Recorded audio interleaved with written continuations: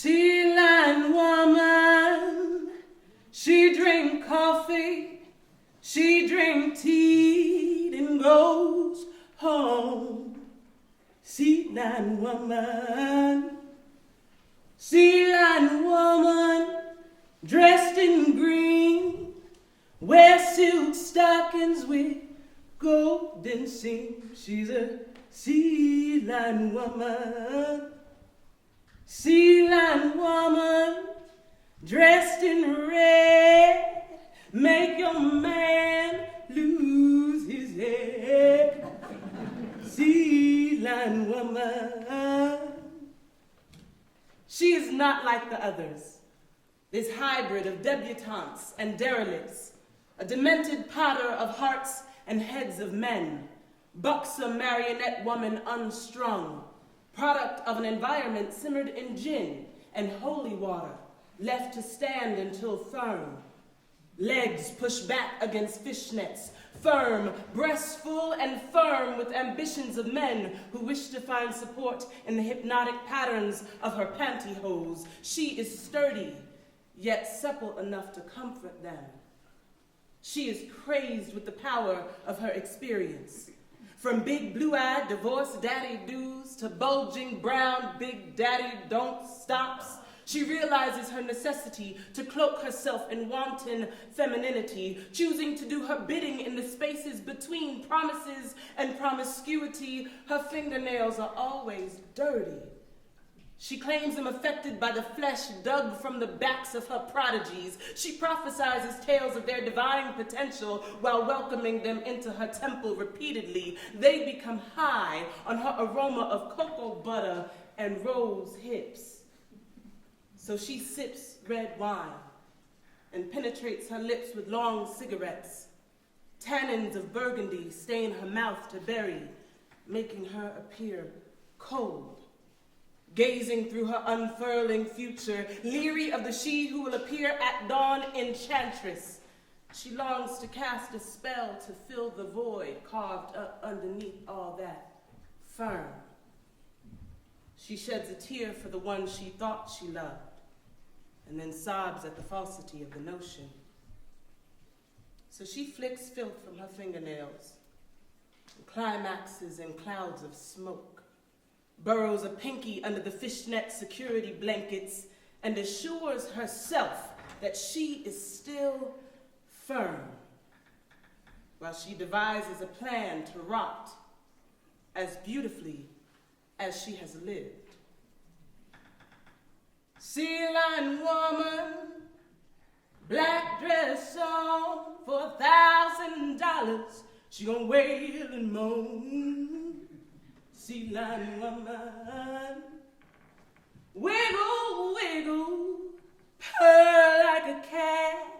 She wink at a man and he wink back. Empty his pockets and wreck his days. Make him love her, then she fly away.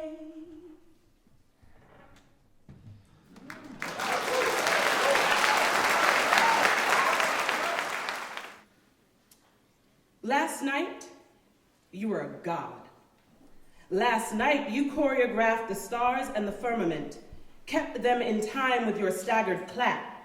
Staccato stumbled around cluttered coffee tables, clapped back at the lightning, chastised its blinding name. Last night, you lit a fire, vomited your dark truth onto malnourished spoon, and struck gold. Last night, you were a god. Last night, you told your life story in gist. Grandeurs filled blank spaces with incredulous intentions. Last night you called the darkness. Cooked brain cells and misremembered spells in shallow cauldrons. Best laid plans simmered and reduced under too high heat. Last night you told your truth. Last night you let your id out of its cage. Last night you ripped the mask off of your face. You examined your future through chemical clouds seeking clarity. Last night you were a god. Last night you reduced yourself from hard matter to sludge, cried the details of your next pop at the coming together of glass and flame. New and improved self-confidence served as thick and bitter rue. Last night You controlled the characteristics of every conversation. Last night, we shuddered and trembled at your false power. Last night, we were sacrificed on a filthy altar. Last night, you called us Isaac and knew Abraham's despair. You ignored your own voice and plunged the knife, offering absolution. Last night, we writhed in silence. Last night, we rubbed our eyes and looked for the ram. Bushes left smoldering in your wake provided no light. Imagined illusions or mercy of vision expose your slightness. Baited to be switched off from you who will not answer prayers. Last night you said you could. Last night you murdered our trust. Death by asphyxiation, you exercise impeccable discretion with your benevolence.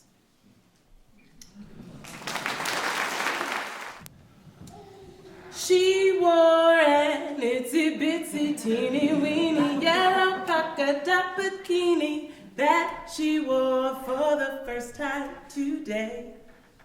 Wild seed, daughter of the dust and piss and moaning bench, child of Sunday morning, thick grits clinging to the spoon, the pot, and your ribs. Deliberate draws dangle from bottom lips, weighted by the bodies of lynched men. Ghosts we witness too young, swaying in summer breeze. Strange fruit, gut punch, free lunch, her ancestry. Familiar fear of her own buoyancy, bouncing on high diving waterboards. Torture for her press and curl, so she got braids this time. Crawling down her spine, walking the plank at a pool party in a two-piece, she bounces, considers the depths and the silence required to hold her breath and her questions so the next swimmer can leap without trepidation, incited by subconscious lessons. If she jumps, when she jumps, will the crystal bluest eye like concrete, concave, chlorine-treated grave catch her? An ancestor snatches her ankle, awakens her with a misstep, slip, step. Child, you can't swim in acid.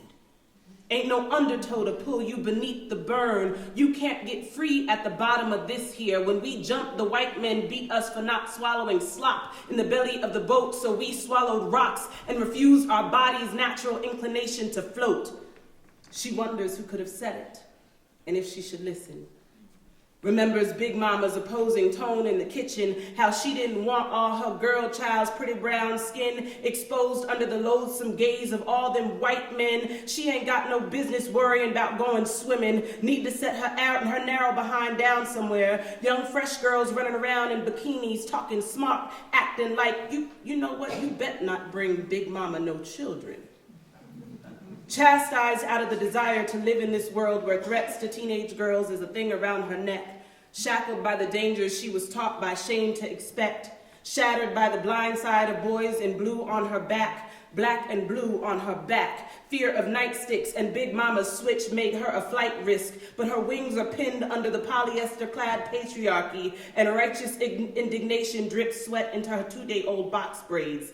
The Senegalese sister who did it said swimming would loosen them up enough to sleep all right, or brute force and the weight of her body flung from the root like a tetherball. A second opinion for black girl hair maintenance tricks from a man bearing a nightstick. Only flight is at the back of her throat, soggy with the tears at the bottom of the boat, little girl child.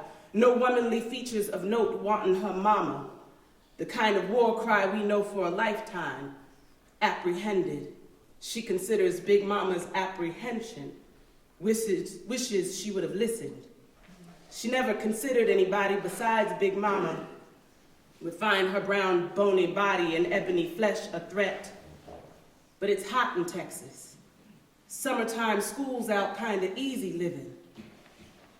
She just wanted to go swimming.